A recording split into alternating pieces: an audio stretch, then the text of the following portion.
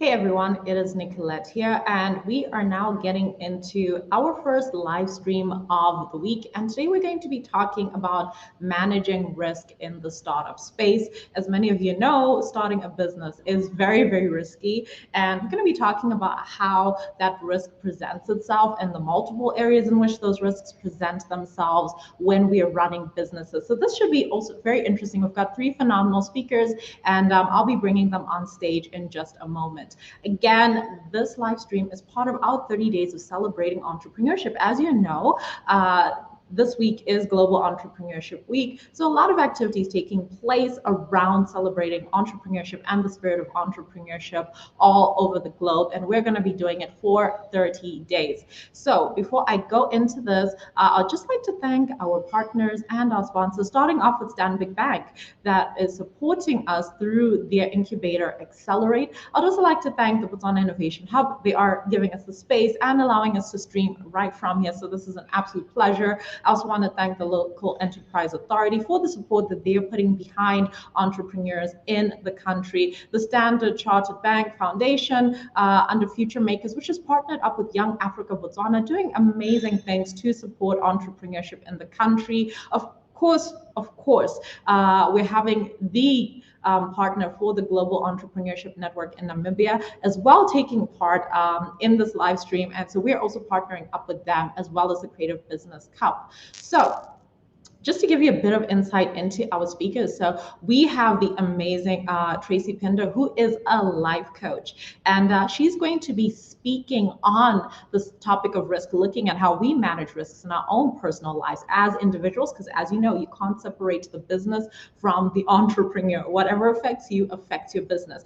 Then we're also having the amazing Johanna Cloete, and she is going to be speaking from an enterprise development perspective, being the person who does run the Global Entrepreneurship Network in Namibia. She's also the person who's running the Entrepreneurship World Cup in Namibia. And then we have Vilochanee Naidoo, who is the author of Moneysmart, and she's going to be speaking to us about how our own habits and risky behavior when it comes to finances in our personal lives will also affect how we manage our money in our business. So I'm just going to bring the speakers on stage, and they can introduce themselves and tell us a little bit about who they are. So welcome, ladies. It's awesome to have you. I'd like to start off with Tracy. Tracy, if you could just introduce yourself, that would be awesome. Thank you. Hi, my name is Tracy Pinder. I'm the owner and the founder of the School of Life. At the School of Life, we are coaches. Some of us are counselors and trauma debriefers, and we focus on life skills, teaching people to think. So like there are schools teaching people in IQ skills, we teach people practical life skills. So it's all about your mindset, how to manage your thoughts, which create your behaviors and your feelings. So it's good to be here, and thank you for having me. Awesome to have you here. Johanna. Hi, everyone. I'm Johanna, as Nicolette has introduced me. I'm the founder of the, in short, GEN. We can't every time say Global Entrepreneurship Network. So just GEN Namibia, and also the Namibian Business Hall of Fame. And then we run several other competitions, like Entrepreneurship World Cup is one of them. There's the Creative Business Cup. We belong to several networks, but the way that we work, we support the doers in our community, and that's the startups. We support them, we connect them, and we allow them to understand the ecosystem in which they operate. And then this time of the year, one week every November, each year, we do Global Entrepreneurship Week, where we celebrate entrepreneurs and what they do. And I just want to say, for the colleagues of mine who have tuned in from around the globe, enjoy your week, and we look forward to the results that come of this, because I know whatever we do now today will leave some impact somewhere in the world. And even between our countries, South Africa, Namibia, and Botswana, there will be impact. Thank you. Oh, that was very lovely, very inspirational. Thank you for mentioning that for other people who are watching. Vilochanee, please go ahead. Hi, good afternoon, everybody who's tuned in this afternoon. It's lovely to be here. It's my pleasure to be here. I am actually the author of the book called Moneysmart, which is all about personal finance. So it's about foundational personal finance. What do I do? Additionally, I actually am employed in the procurement and finance field in retail. I also lecture procurement, the Chartered Institute of Purchasing and Supply for SIPS, on a regular basis. I do it for the love of the profession, and I'm a procurement specialist. So that's how I stumbled upon the need for writing a book about personal finance, because I realized that many of us might be in businesses, we might have things going on in our lives, and we might have careers, we might have jobs, but basic foundational finance is not taught in any of the schools. So, in as much as parenting is not taught, personal finance is also not taught. So that's my reason for writing the book, and I'm happy to be here to help you with risk and compliance, any sort of risky areas that you might find in your personal life. I'm happy to answer any questions, and happy to be here today. Thank you, Nicolette. Oh, that was an absolutely awesome introduction. Thank you very much for joining us. So, as we had mentioned, guys, today we're going to be talking about managing risk. So, what is risk management? Typically in life, nothing is ever going to be 100% safe or certain or sure. There are always going to be things that are going to derail us. It doesn't matter what it is that we're trying to do, whether it's trying to build a business, whether it's trying to start a career, whether it's trying to manage our own lives. We do not live in bubbles. And risk management is essentially about thinking of what could go wrong and then making plans around that. So what could possibly go wrong? I know no one likes to think about that, because I think in general we want to just focus on, the good stuff. Let's be optimistic. Let's look forward into the future. Let's just think of, just wholesome, positive thoughts. Unfortunately, life is not just a perfect bubble. So today we are going to be answering the question of, what could possibly go wrong and what has been going wrong when it comes to this journey of being entrepreneurs, from a personal perspective, from an enterprise perspective, a business perspective, and from a financial perspective. So, Tracy, I'm going to start off with you as the person who's dealing with life coaching, as you mentioned, teaching people how to think. What are some things that people don't consider in terms of what could possibly go wrong when it comes to starting a business? I think everyone just goes, you know what, I've got a great idea. I think I can sell this. I'm going to become a gazillionaire. And then they jump into it. But there's some things that are not considered. And what do you think are some of those things that we don't look at, that we don't consider? Well, I think the most important thing that starts off with the right mindset. Because everything happens between our 2 ears. The party is between our 2 ears over here. So you need to make sure you have the right mindset. And the right mindset is where you're going to rely on your resourcefulness, not resources. Because things do go wrong. And when they do go wrong, you need to be resourceful enough to be able to actually take your mental focus of attention and steer it in that right way. So it's all about having a growth mindset. It's all about knowing what you can do and what you do have. Because what happens is when things go wrong, your focus of attention immediately goes onto what you can't do, okay, what you don't have, okay, and then you're looking for the resources. So it's developing the right mindset and doing what you're passionate about. That's the most important thing, because if you do what you're passionate about, the money will come. Everything else will fall into place, but you must have a vision, and you must have a very strong, clear vision. Okay, clarity is power. So if you want things to this business to work, you need to know exactly what it looks like. Okay, because if you have a clear picture, then your mind knows exactly where to go to, and focus on your strengths. So a lot of us have weaknesses. We all have weaknesses, but weaknesses are just undeveloped strengths. So know what you're good at, and then work at that. Okay, and if you're not good at certain things, then learn to develop those. Okay, which is the most important things. So your vision is very important. They say a man without a vision will perish. So get a picture, put emotion to it, develop a can-do, do-have mindset, focus on your resources. What are my strengths? What are my undeveloped strengths? Okay, and then have this growth mindset, because To me, there's no such thing as failure. There's just a failure to learn the lesson. So it's feedback. So when you stumble, understand that's good, because personal development is painful. And we strive for progress. Progress equals happiness. So it's fine to make mistakes. You need mistakes. So if you've got that kind of mindset where you look at, okay, so I'm here to learn and grow, progress equals happiness. If I make mistakes, that's good. It's okay. As long as I learn and grow from it, then I won't repeat that cycle. That's and then amazing. Focus on being resourceful. Then I think that's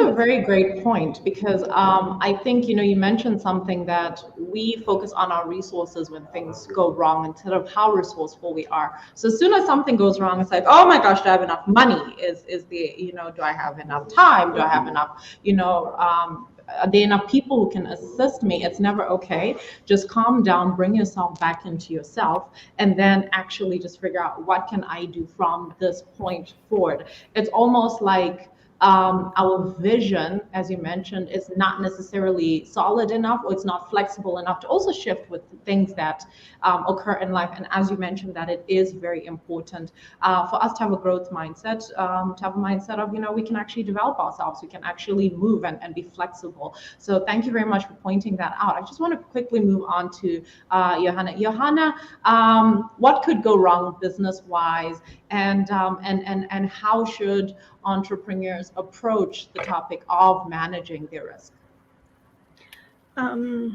Thank you, Nicolette. I am a bit between two hard rocks here, because I am the banker, the investment manager, and Vilochanee will speak about finances. So when I tend to speak, I think of not just the ordinary risk, I connect it to finances as well when I speak. It's just because it's in my blood, finances, and managing that risk. So I want to start with quoting Tony Elumelu from the Tony Elumelu Foundation. I think most of us as Africans are aware of what he's been doing around the continent. And he says success is not a moment's grace or something that comes easy. It's a very well planned, executed path. And that is how I see that anyone should manage risk as well.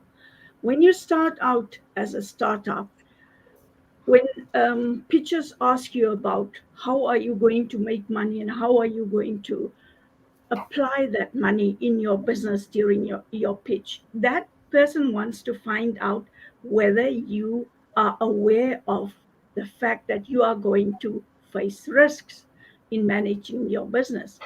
So the startup that I'm going to focus on during the talk is the tech-savvy startups. I don't know, somewhere from June, they just came to my heart, and I feel they need a little bit more business support and general education on risk, communication, and everything. So I'm going to focus on tech-savvy world. And AI together with tech-savvy people, they tend to think it's mine. I'm going to have it for myself. I'm going to reap the benefits from it. But first risk that you need to manage as a tech-savvy person is that you need to make sure that you are free from cyber attacks, that you can manage it at least. I spoke to 3 hackers recently, 2 from India and 1 from Pakistan, who helped me to retrieve information on the web. And they said to me, Southern Africa is the most vulnerable in the world to be hacked for information and whatever they wish to do. So if I say you must focus on what Tony Elumelu says, I am saying have a strategic risk management plan in your startup. Make sure that you plan to avoid the loopholes that you can find within your space of operations. Your ecosystem is the one where things can go very quickly right and very quickly totally wrong. So, Mm, mitigating those risks, you must be prepared. So, being prepared is to plan and then execute, and being able to, as we in the financial world say, pivot when you mm, get to that point when you have to pivot. But you need to be aware of that. Now, how will you be able to know that you have to pivot? Is that you have to understand your evaluation. How are you going to evaluate your company, your startup?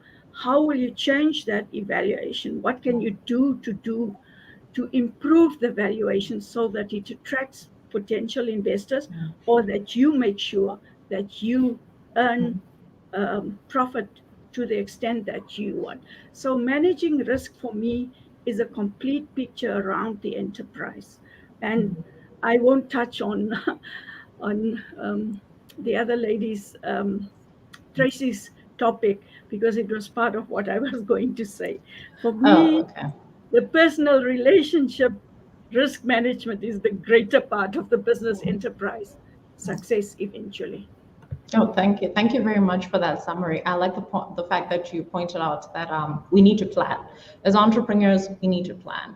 And again, we shouldn't have this very foolish assumption that everything's going to go well.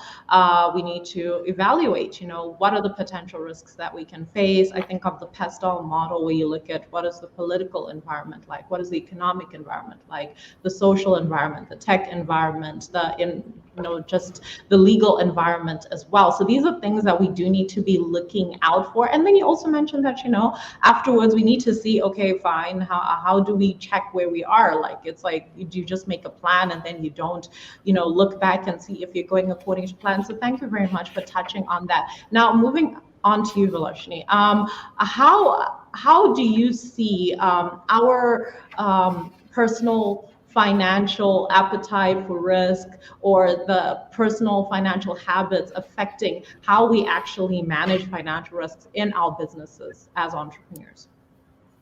Nicolette, I think that's a very, very good question. I think in terms of how we approach our personal financial life, we carry the same habits, we carry the same goals, we carry the same, let's call it, positive attitudes as well as negative attitudes into our business.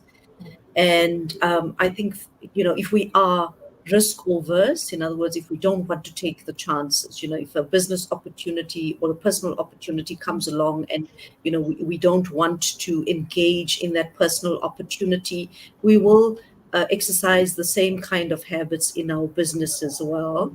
And I think what is important in both our personal life and our business life is to take what we call calculated risks. If it means simply writing down the pros and the cons, whether it's a personal choice or a personal financial matter or a business financial matter, even if it means writing down the pros and the cons or speaking to a financial advisor. And usually we tend to find, I know Johanna comes from the financial services, but we tend to find that the financial advisor is also responsible, who might be responsible for our business, is also helping us with our financial portfolio as well. So we can speak to people, get advice, look at, where are the pitfalls, what are the opportunities, because in as much as, we want to be cautious, we must also understand and accept that we need to grow our business. So take calculated risks. Don't take the risks that remain uncalculated or unforeseen risks. I mean, there's a range. Johanna mentioned cyber crime, where we are the most vulnerable. I think we're also the most vulnerable, both personally and financially speaking, in terms of network marketing, or in terms of, what do they call it, the pyramid schemes, etc. So we must be careful. We must check those little type of schemes that we get involved in our social arena and our personal arena. We might be involved in a whole range of financial schemes. Are they adding value to our lives? And and similarly for the business as well, we must take the calculated risks. We must be able to assess, firstly, our investment, whether it's personal or whether it's business. the value of our investment, the capital, and our return on the investment, whether it's personal or whether it's financial. So let's say, for example, personally, we are investing in a savings account. What interest or what dividends would we receive from a savings account versus investing it on the stock market, which we might have the opportunity to lose, but there might be shares which are growing, for example. And we know with COVID, to add on to that, Nicolette, with COVID, we know that a lot of the companies' share prices have gone down, they have dropped. So, in terms of that, it's possibly a buyer's market in terms of that. Similarly, with the prices of homes, because people can't necessarily move homes during COVID. So similarly, some prices have stabilized. And it's for us to take opportunities or to see these opportunities and to take or make hay while the sun shines when it comes to our personal lives. So it's about finding the risk, looking at your investment or capital or whatever we'd like to call it, whether it's in business or in personal front, and how can we maximize our returns in terms of that. On the business side, of course, there'll be a bit more investment in capital assets, a bit more investment in the people to grow our businesses and to develop our businesses. So that needs a lot of understanding as to what we're putting into the business and what returns we expect out of it in terms of our growth, in terms of the risk factors, and so forth. All right, thank you very much for that. I want to throw a bit of a wrench into the works because this is something that came into my mind based off of what everyone has been talking about. And this has to do, I had this conversation a few months ago with some entrepreneurs, and I do feel that it touches on everything that, on all three areas that you ladies are touching on. And this has to do with how we are raised. It was a moment where as entrepreneurs we were sitting together and we're like, but the way that we grew up, the things that we were taught to believe about ourselves, the things that we're taught to believe about money, the things that we're taught to believe about whether we should speak up or not are actually affecting us now as business people. So I'll give an example that one of my friends said, when I was growing up, if I asked my parents for money, they always said, well, there's not enough money, there's no money. And she actually said, I've noticed that in my business, if a customer says, oh, you're charging this much, but I don't have enough money, because I grew up hearing my parents saying that, I then have carried that habit forward to say, okay, how much do you have? I'll just take that. Similarly, on a personal perspective, a lot of people that, we had this discussion that, when they were growing up, it was like, no, but, you don't really have anything incredible or smart to say. Why don't you just, keep quiet? Or can't you see that, we're talking, you shouldn't really say anything. So there wasn't enough personal respect, for instance, within the home. And they've noticed that now going into business settings, into, let's say networking events, into meetings, when it's now their turn to open their mouths and say something, they inwardly cringe. And it's just like, oh my gosh, no, I really don't have anything to say because of that conditioning. And then also there's some entrepreneurs where we had spoken about the fact that when they were growing up, their parents did not want to hear about them being entrepreneurs. Their parents wanted them to get jobs. And so they almost feel as if they are not necessarily destined to succeed as entrepreneurs because, it's something that has been looked down upon. So I know this is a bit of a curveball, but how do you ladies feel that, the way that we're raised, the things that we're taught as young people, and as we grow, those things stay with us and then actually affect how we enter into the business space. And then we later on ask ourselves, oh my gosh, like, why did I, when I got this opportunity, why didn't I speak up? Or why did I accept when the customer said, give me a discount, I don't have enough money? Or why is it that I feel like, yes, I'm in business, but I'm going to fail? So I'm going to turn this question first to Tracy, the human mind expert. Okay, so I think it's very important for us to realize that we make about 35,000 decisions every day, but they need to be in line with our value system. So when we make decisions that are in line with our value system, we feel satisfied. When we make decisions that are not in line with our value system, we don't feel satisfied. And we've got about between 8 and 12 core values that we move towards. But because they're formed early in our lives and they function unconsciously, they might not get us to where we want to be. Okay. So our values are so deep that we respond to them without being aware of what's driving us. So if we understand what's driving our behavior and we make sure that we have a value system that's in line with our vision, okay, and we don't have any conflicting beliefs on that value, then it's so much easier to move towards attaining that vision. But a lot of the times we're not even aware of what's driving our behavior.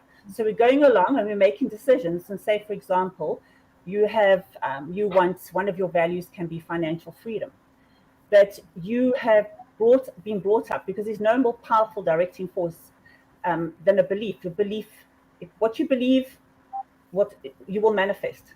So if you say, like, money is, as some people have been brought up to believe, the root to all evil, you might have the value of financial freedom, but subconsciously you're going to sabotage it because you have pain attached to it. So it's very important you are consciously aware of what your value system is, and you have no conflicting beliefs attached to that value system. And that value system is what you're choosing now that will get you to where you want to be. Otherwise, you can strive for it, but because the values aren't in line with it, you're not going to achieve it. Wow, thank you. That gave me certainly a lot to think about, even within my own life. I'm gonna go next to Vilochanee. Vilochanee, comment. How we are raised, our attitudes with money, how it affects our ability to manage money, our expectations from the world concerning money, and those issues. Yes, Nicolette, I agree with what Tracy said in as much as it affects the values, but there is just one word that comes to mind on your question, which is basically called transformation. It's about transforming the mindset and believing in yourself. And, I talk about all of these beliefs, when you first mentioned the question, I talk about all of these belief systems, like Tracy mentioned, money is the root of all evils. I do not have enough money, or I've got no money. I'll never be rich, for example. These are all the things we conditioned to tell ourselves so that we can live in a very safe and protected environment, which prevents us from taking these risks that make us successful. And in my book, I talk about transformation, and I talk about, creating your goals, where you could use visualization, you could use affirmations, you could use meditation, you could use changing negative thoughts into positive thoughts. And slowly, you change those habits that you formed over time. That is what is very important, is to identify when you have a thought pattern that is restrictive, and thereafter to find the correct mechanism or the right affirmation or the right visualization to change it. And let's face it, the successful people, as mentioned by both Tracy and Johanna earlier on, are those people who have goals, would set goals. And what is a goal? A goal is simply a dream with a timeline. When you have a dream with a timeline and you have positivity attached to it, the universe will work with you to create that abundance, to create that flow, to create success in your life, because you will naturally start to transform towards a healthy mindset. Towards a healthy mindset to actually transform those habits that you've developed, and there's a multitude of us who come from, we don't come necessarily from wealthy backgrounds, or as they call it, old money, so to speak. So a lot of us rely on ourselves as entrepreneurs to really make and create the success. And if we have these limiting beliefs, as Tracy said, that's not aligned to our values, we need to change them. Tracy is one of the individuals that's on the live cast today, on the live show, and she actually does the work to transform those kind of habits. But you can do it yourself. There are various methods which one can access. I've mentioned a few in my books. There are, if you read up people like Dr. John DeMartini, for example, who wrote, The Secret as well. He was a contributing author to the book The Secret. He actually was told in school that he will amount to nothing because he couldn't read. He has today read more books than anybody that I know. So you can transform it if you are geared to transform it, and if you really have those goals which lead towards success. So you could use affirmations, as mentioned. You could use visualization techniques. You could use goal cards. Instead of saying, like your friend, instead of saying, I do not have enough money, or I have no money, if she wrote down every day, I live in abundance, or I have 1 million rand, or whatever the case may be, every day. That will then become her goal that the universe will work with her towards achieving. So it's I about, love it. how do you get yourself from point A to point B? Because we naturally have to grow as people. We cannot stay in the same place. We have to transform our mindset. Tracy and Johanna have spoken about that as well. We transform the mindset. We transform ourselves personally. We grow personally and individually, and we grow our businesses at the same time whilst we are growing and developing. So thank you, Mm. Nicolette. Thank you very much for that. Coming to you, Johanna. So I think, we've got women, all women on the panel, and, women doing business, or, managing their own financial affairs. We are not even like 100 years away from when that was a taboo. So now, women wanting to get into business, moving away obviously from a time when women, first of all, couldn't work, then they could work, and then everyone wanted you to have a career, and then now wanting to get into running a business, of all things, entrepreneurship, which, to be honest, traditionally was seen as, the realm of predominantly men. And so I guess I would like to ask, because you, again, Johanna, you've been doing a lot of work in terms of supporting entrepreneurs. You work with a lot of entrepreneurs. How is this, I guess, this weird global, or I guess monumental shift in thinking, of people now shifting towards entrepreneurship as a source of income, then clashing with, our beliefs around, as a society, what we should be doing? We should be seeking stability. We should not be seeking to have these adventures of running a business and failing and then starting again, and all of this. So how have you been seeing this playing out amongst the startups that that you've encountered? Yeah. Thank you, Nicolette. I want to just affirm one thing. Your value system, the way that you grow up, has got a major effect on your life as you go ahead. And I remember my grandmother, she loved the Jew because the Jew was the one who had the money in our town. And she was so inspired by the Jew. She always told us, if you want to be rich one day, be like the Jew. And turn over the money and all those little things. And I was not even in school yet when she told us those things. I still remember it. And every time I work with people and money, I think back of my grandma's, I see her standing in front of me saying, you must be like a Jew. And I just want to say, the Jewish culture of managing risk is one of the ideals for me. They make sure that they support each other as families. And that's a value system for them. And we in Namibia, we are not so eager and susceptible to supporting each other. We would rather um, focus on ourselves. And I think if we broaden that scope, we are also managing that risk better. Okay, coming back to the tech savvy people and how women has come back to change the world. We had a discussion last week. I did a presentation. I said, how can we be proactive to support that?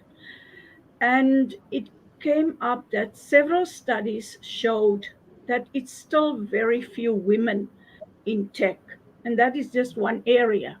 And overall, it's a brighter moment, but also not what we would expect at this point in time. So the support that they need, the enablers, the environment is ready, but I see the only thing that they need is a little nudge. I'm mentoring two electrical engineers. There are so many engineers, but these two ladies are electrical engineers, just graduated. And I said to them, look, if you need me in any way, because I know when you come out of university, you know nothing about the business world. And you want to do business because you can't get a job. the market is satisfied. There are no more a few companies in Namibia doing electrical engineering or whatever type of engineering where they can fit in. So I suggested to them is come together, group yourselves as women. And I want to stress this, and especially in the tech savvy entrepreneurs, there's two, or let me not say two types of risks, but there are two risks. The one that you calculate, like Lashmi just said, um, the other one that you should take because opportunity is there. It's a good risk and it's a negative risk. Now, negative risk is the one that I want to caution against. But you cannot be risk averse all the time. You have to take risks. If you want to be an entrepreneur, and I think truly, I'm sorry to say this, gentleman who's listening in, and I know some of my mentees are listening in. It's not that I'm saying you don't need the support or you are not as strong as women, but women are much stronger. More that they are the endurance that they can do in any way is so much more physical, mental, it doesn't matter. When they have to make a decision, they can come quicker to that point than what men can do. And this is nothing to do with me being pro women or anything. I've never worked with women only. I've always said everybody's welcome to our programs. But what I want to say is the strength of a woman is amazing. And it has been shown over past um, the past 2 centuries, maybe 3 centuries, where women stood up for their rights to get voting rights. They became entrepreneurs. They are leading entrepreneurs in Africa. We have one woman who's from Angola, who's the top entrepreneur in Africa, another one from Ghana, and under the most 10 in the world, I don't want to touch there because I think it's more male oriented than women oriented, female oriented. So we need to support people who want to be an entrepreneur, even if it's just like today what you are doing, Nicolette, getting us all together on this platform and inviting people to join this platform. For 30 days, you are going to do this. And all of this is support to people that will find their way in the entrepreneurial space. But remember, everyone who's listening in, please remember, if you want to be an entrepreneur, you must be prepared to take risk. But make sure that you calculate the risk. And that is where your NPV and your IRRs come in, and you need to know where you stand with them on a daily basis. And again, sorry, I'm going back to the Jewish community. My chairperson, 2 chairpersons ago, he's a Jew. He's now living in Johannesburg, but he was for a long time here in Namibia. And he supported me so finely in what I do, just with his advice. But another mentor of mine, and he was also a Jew, and I'm not here talking about tribe or anything, I'm talking value system, because that was what your question started with. He said to me, Johanna, when you support someone, please don't take note of the equity or their turnover. Just make sure that you support the entrepreneur. The entrepreneur will take the business to the next level if you I support the love it. entrepreneur. I love it. Thank you for sharing that. And coming back to your point, about the fact that, risk does need to actually be calculated. We need to actually view it. But I guess the question I'm going to move on to next is why do entrepreneurs fail to manage their risk? Is it that we don't want to think about bad things happening? Is it that we don't know? Is it that we don't do enough research? Is it that we go into things blindly? What is really the issue around us as startups not managing our risk? I'll just start with you, Vilochanee. So I think, Nicolette, the first thing is, of course, startups is about what sort of business you'd like to do. So it's about researching, finding the product or the service that you'd want to deliver, making sure that you have a steady inflow of customers. And I think that that's one of the biggest reasons why startups actually don't actually, shall we say, become substantial businesses, so to speak.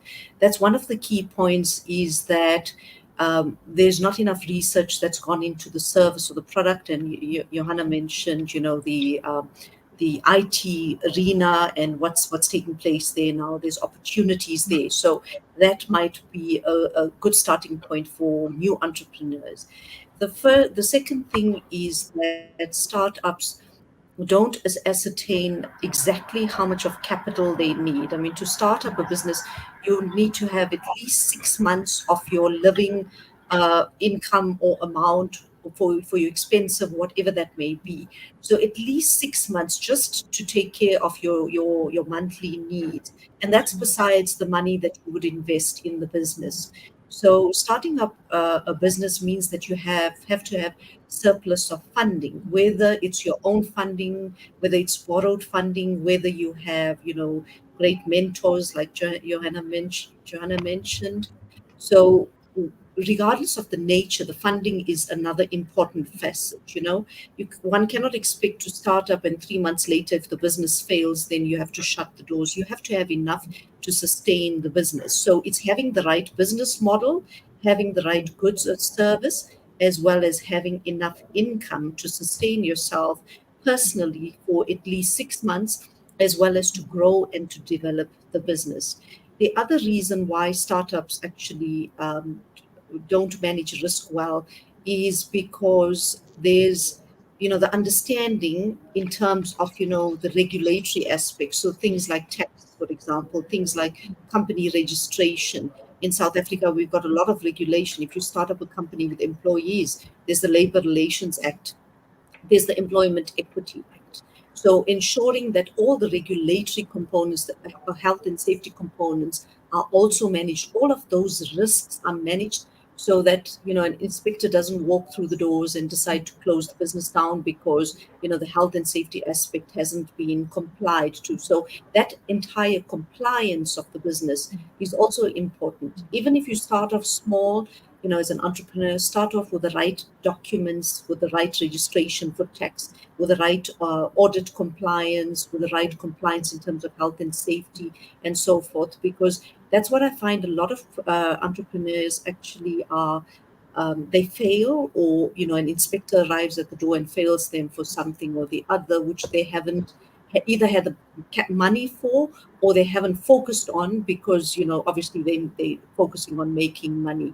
So those are just some of the reasons why why they struggle to manage the risk, is because they don't focus necessarily on those risk factors which are important to sustain the business. So in order to become an entrepreneur, one should understand all of the risks that you need to mitigate in that particular industry.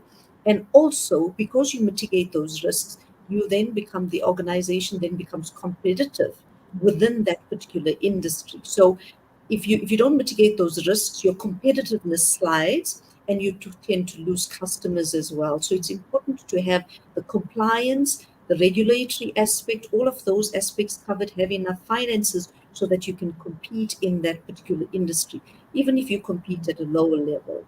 And I think in South Africa, to add on to that, Nicolette, in South Africa and across the African region, we know that there is support for smaller, what we call in South Africa, EMEs, or emerging micro enterprises, or small to medium-sized enterprises. There's always support from state-owned enterprises, from the government, which you can take up and you can utilize it in your business to help your business along. So there's various platforms that you can access, and it's important to access these platforms to give your business that boost that it needs, especially during the startup phase. I love it. I absolutely love it. Tracy, coming to you. Yeah, I think I would, if I was to give an example of my own life, I would say that I tend to be one of those people that just dives headfirst into every adventure. It's like, I'm not going to think about what could go wrong. I'm just going to jump in. If I die, I die. You only live once, and that type of thing. So I know my own bad habits when it comes to, me not necessarily managing my own risk as a person. But why do you feel that, a lot of people are perhaps, like me, who is just like, yo, let's just go for it. What do you have to lose? Let's just go for it. What do you think it is? So a lot of the time we don't think. I mean, if you understand, 95% of our behavior is subconscious. So we only operate in a 2 to 4% to 5% conscious level. So we just automatically go. So we don't think it through. If we just sat and think it through, so what could be, and when the uncertainties do come up, can we find certainties in the uncertainties? What can we do? It's be deliberate and intentional in our thinking. And then knowing exactly, okay, so doing a risk register of all the risks that could possibly go wrong, and then finding, if this happens, what is the solution there? So you have the problem and you've got the solution next to it. So it's deliberate, it's intentional, and you've thought it through. That's the most important, is just stop, pause, and think about it. And then also realizing, what are your expectations from it? Because a lot of the time, your expectations might not be in line with your reality, and getting those two in line. But it's making a risk register. Okay, this could go wrong, and then what is the solution should it go wrong? So just thinking everything through. I love that, a risk register. I didn't even know that such a thing existed. So now it's like, oh, I think I need a book where it's labeled risk register, and I'm gonna write down everything that could possibly go wrong. Johanna, I'm gonna come back to you. Why are we so bad as entrepreneurs at managing risk? I don't think you are bad when you jump head in first. That's a doer for me. That's me too. That's what I say. Do it. And I think Nike is so successful because that's what they are saying. And the same thing with what's his name, Richard Branson. He's every November part of our entrepreneurs who say to the celebrating events, do it. And yeah, I think it's a matter of where we are not being able to manage our risk is when we are not committed to our success, to our product, to our service. And that is, for me, the biggest failure. Because when you are committed to your product or your service, you will ensure that you face that risk register, that you update it from time to time. And that's where your NPV and your IRR come in, that you must be able to calculate it. And I always say this to startups. I've got a model. You don't have to go do the formulas. I've got a model for you. Just come and enter your numbers. And you can project the way you want to see it. And it's unrealistic. Bring it back to where it should be realistic. And we have, like Vilochanee, I'm not sure whether I pronounce your name proper, but she mentioned your business model is what will make or break you. If you see your business model does not work, there comes in the opportunity of making sure to use positive risk to your advantage, that jumping into the next thing. So you're not a bad entrepreneur at all when you jump into something. I know one entrepreneur, and I want to mention him here. He did not go to school to be able to calculate financial risk like we do. I think he had completed maybe grade 12 or so. But while he discusses, he negotiates, he already calculates his risk rate of return. And if he's not satisfied, he will not tell you, sorry, your offer does not interest me. He'll say, it's fine. We'll talk later. Once that man says, we'll talk later, forget it. In his head. He's made his calculations. You must be ever ready. You can't sit and wait for the risk to happen and then try to solve it. Because once it's done, it's done. And managing the risk to get it back to where you can Veloci. become successful again or realize your goals. One person got a $1 million loan, and then she bought the equipment and this. She had the startup capital, and then 6 or 9 months down the line, she came to me, and I won't mention from where she got the loan. She said to me, I need your help." I said, "What for? When you had the money, when you were given the loan, you did not know my name." "Yeah, but she didn't know me then." I said, "Now the people who told you to seek me out now to assist you with managing where you are facing losing everything now, those people could have also told you when you got the loan, find that person to mentor you through this process, because you cannot turn around something that is already dead, or you can't bring it back to life again."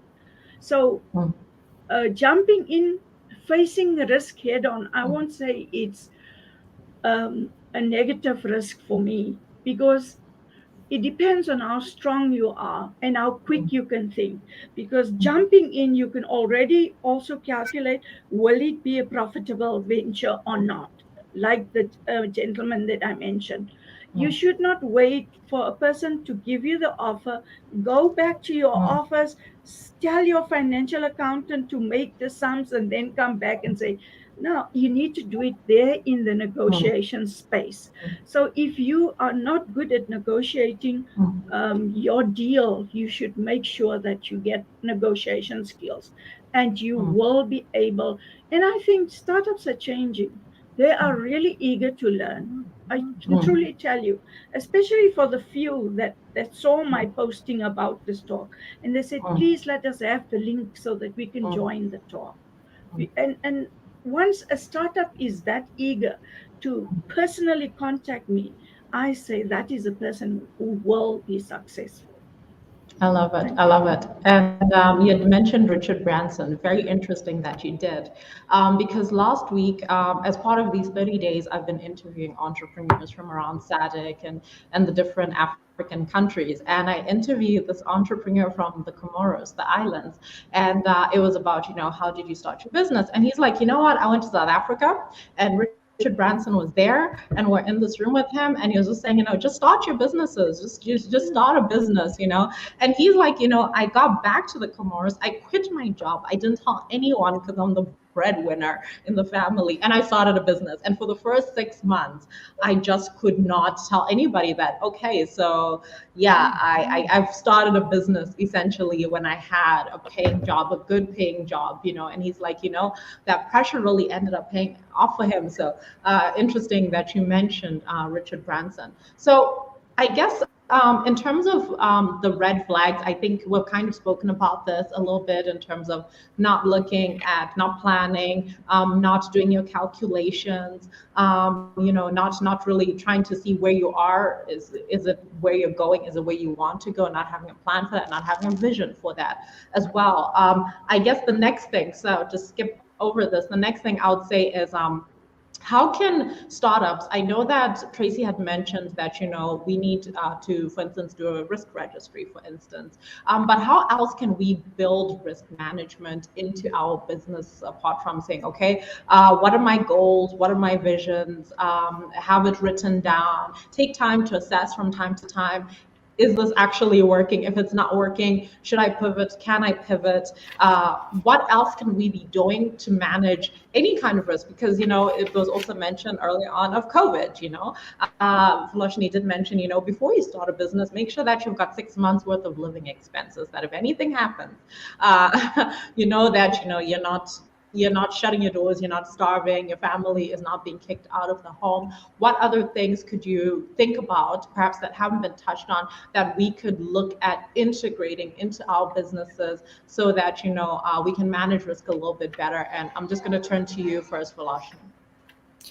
So I think the one thing that comes to mind, Nicolette, obviously is, as you mentioned, or as I've mentioned, having the money for your startup and making sure that, you can cater for for certain types of risks, I think COVID was a risk that none of us could have foreseen at any given point in time. And I think the whole world was shocked by, how, the toll it's taken on the economies across the globe as well, when we see the results coming through there. But I think that it's important to understand your regulatory framework. So, a couple of examples. For example, if you are employing a large number of people and you're in the service industry, what are the employee rights? What are the legal regulations that you have to comply to, making sure that you can cater for those type of risks. If you are in construction, for example, health and safety is a big thing, making sure that you have all the safety equipment, etc. So from a regulatory perspective, the one key thing is to manage those regulations which impact your business. If you're selling goods, of course, there's a Consumer Protection Act and so forth that you have to cater for. So the regulatory framework is very important. The other thing that I think about is, talking about personal finance as well as, business finance, entrepreneurial finance.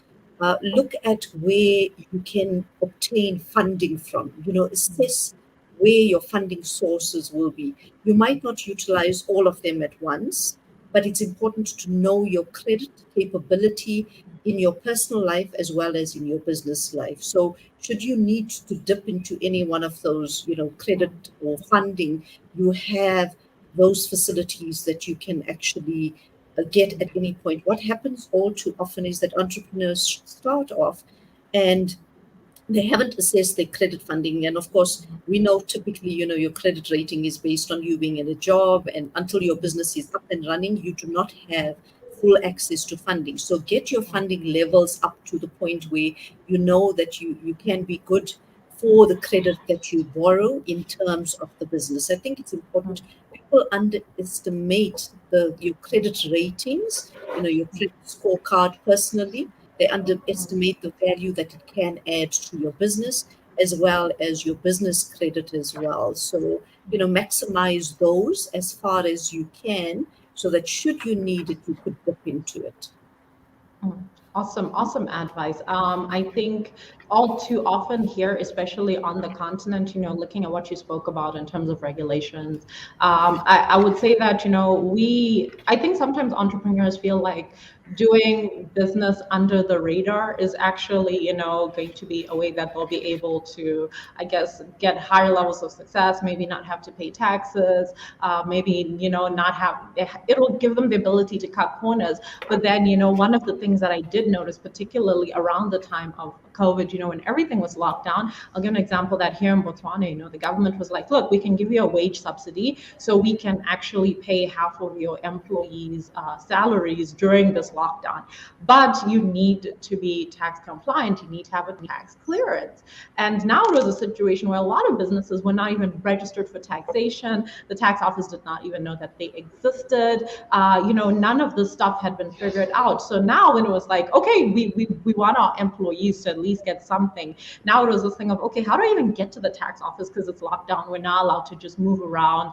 And even the tax office itself is not working at full capacity. So this was a time when, a lot of small businesses that had actually just gone through the trouble of registering and doing all of this stuff, which just seems to be quite boring and unnecessary at that stage of having a small company, they actually started reaping the benefits of that. So I thank you very much for touching on that. So now just moving on to Tracy. Tracy, building risk management into startups, apart from the risk registry, which is just so fascinating for me. I'm gonna get a black book. And I'm gonna put lots of like little skull stickers on it. Like, here's my risk registry. Yeah, I think the most important thing is for us to look at focusing. When we both spoke about Richard Branson, and it's very, very interesting that he's got a mindset, and the mindset he has is he focuses his mental attention, and he has his whole life on finding certainty in uncertainty. So a lot of the times when we focus our attention on uncertainties, we don't tap into our potential. We don't take much action. We don't get the results we want. It then reinforces the uncertainty. So it's looking at and taking our attention and saying, so what is certain? What can we manage? What can we control? Okay. And then working with that. I love it. I love it. Focusing on what is certain instead of what is uncertain, because I think we'll never really run out of things that are uncertain. And also, I think this is also coming into what you said early on at the beginning, is looking at what our strengths are. Also knowing your weaknesses, but also then focusing on in what areas am I actually strong in. So thank you for that. 2 minutes, Johanna, to jump in. Okay. Thank you. One thing that I would like to say that is how you can manage as a startup your risk in your startup is to make certain assessments during your startup phase. And your startup phase can last for up to 10 years or 20 years until you are ready. So don't say I'm in business for the past 5 years and I can't be a startup anymore. You are still a startup until you are at a certain point of rate of return that is an acceptable standard across the board. So there is no guarantee that customers will like your product or your service. So those are the things that you need to look at. Make regular contact with your customer base. Find out, do small surveys, do a little pop-up shop somewhere, and just ask, and you'll get the information, and you'll see that the customers will tell you, and don't say it's mine. I'm checking on behalf of someone else. Or let get students to do it, and you as a startup will find out the truth from those passers-by. So assessing your risk, you can do that in your books. That you can do. There you have the calculations that you can make. But go out into the market and find what is it that you need to do better. Once you know what you need to do better, whether it's providing a service in a different way or improving your product, do it, because people will not give you a reason that they don't like it because they want to be nasty. It's reality you are facing through a small survey that you are doing. I love it. Absolutely love it. Check what your customers are actually thinking and saying, or what your market is saying. I think as entrepreneurs, we often get into we get into our own heads where we think that everything we're putting out and producing is fantastic. It's the best thing ever. And then we wonder why we are not succeeding. There's a comment here from Gifilo. I'm just putting it on screen. Make regular contact with your customers. Good point. Thank you very much, Gifilo, for sharing that and for commenting and reinforcing Johanna's point. So now we have touched on everything. Now we get to the fun part where you get to reveal all your secrets to us, and we're so excited to hear them. This question I'm going to ask of everybody is, what was that one moment that you can think of in your life when you had to make a decision and you didn't manage your risk well, and how did you get out of it? And I'm going to start with Tracy on this one. Oh my goodness. Personally, I think it's all about the choices you make. And if you don't think your choices through, you're going to make lots of mistakes. And I've made lots of mistakes. I think I'm only sitting here as a life coach and doing what I'm doing is because of all the mistakes I've made, all the bad choices I've made. And I just thought there has to be a reason. There has to be some sense in all of this. And that's how I got to doing what I'm doing. So there were many points in my life where I've realized that I am in the hot seat. And sometimes I did the right thing, sometimes I did the wrong thing. But the bottom line is, I think the change had to happen when I was uncomfortable, when there was too much pain. So when the pain becomes more than the pleasure, you make changes. And then you need to develop that right mindset. That mindset to me is absolutely everything, because you can get out of anything in your life if you look at life as you're here to learn and grow. And if you're uncomfortable and the big mess ups, your mess ups become your message. So I'm here because I was a big mess up, And now I have a message, and I teach that message of learning to focus on everything that's right in your life, learning to focus on what you can do, learning to focus on what you do have, practicing gratitude, doing your mental exercises, like Vilochanee said about your affirmations. Do formations, which is part of an affirmation, every single day. Find things you're grateful for every single day, and you can turn your life around. You can turn anything in your life around. But like all the ladies all said, commitment is so important. Determination, hard work, finding the certainties and the uncertainties, never giving up. If you want it, work towards it, and never ever give up, and you will get there. Wow, wow, wow. Very motivational. Oh yeah, we lost you for a moment there, Johanna. The question was, what instance in your life did you fail to manage risk, and how did you get out of it or deal with it? Should I respond immediately? Please do. I don't want to give you too much time to think of something Investment. diplomatic to say. Investment. I made an investment while I was emotional. And it was just after the loss of my dear husband, and I needed a distraction. And I invested in livestock, and I wanted to buy a farm. And that investment cost me a few millions because I trusted the wrong people. And my my children wouldn't speak for me for many months because they couldn't understand I'm in charge of other people's money and I can't manage my own properly. So please be careful when you do make an investment. Make sure that it's the right people that you trust when you do make an investment. It's all that I can say. I will never forget it, but I am not. I've overcome that loss. It put me in a financial dire straits at that point in time, but I think it made me stronger and made me to make sure that everything is in place before you take another risk again. Oh, thank you so much for sharing that story. And I think, even entrepreneurs, we do tend to just make very emotionally based decisions. Like Tracy says, stop and think, which is not something we always do. Thank you very much for sharing that. Vilochanee, the money lady, tell us. So I think Nicolette very much like Tracy as well. Lots of learnings, lots of ups and downs. I always say that life goes through phases and stages. The good doesn't last forever, and the bad neither does the bad.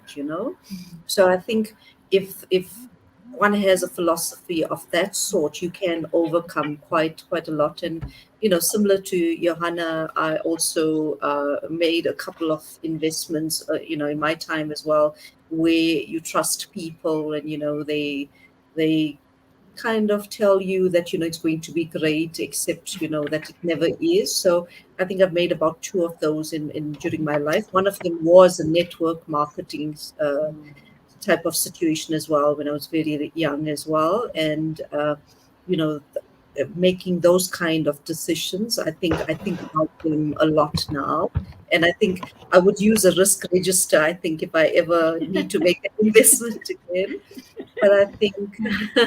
Yeah, and to add on to that, I think Nicolette, being a parent, one does make a few decisions that may not always be the best, but you live with it and you learn to overcome it and you transform.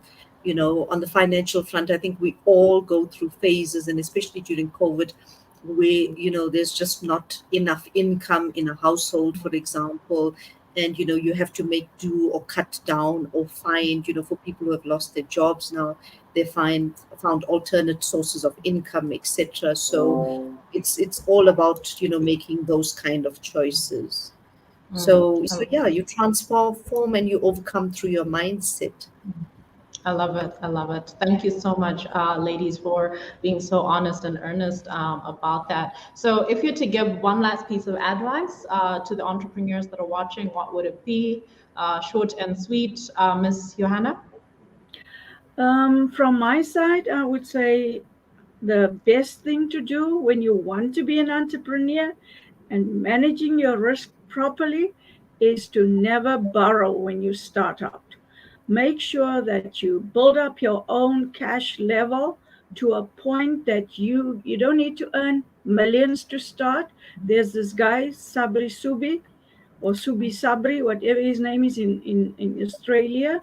He started with 50 um, Australian dollars, and he's got the biggest um, marketing online marketing platform in Australia. So you don't have to save up to have a certain amount, but for certain whatever you want to do, you need to make sure that you can start off and support yourself, like what Vilochanee said. She Vilochanee, Johanna. Veloci, Yeah, that's Okay. yeah. Thanks. If I can just see it on the screen, I will be able to pronounce it, but I can't see it anyway. Okay, she said that you should secure at least funding for yourself. Now, if you have secured funding for yourself, make sure that that funding does not come from a borrowing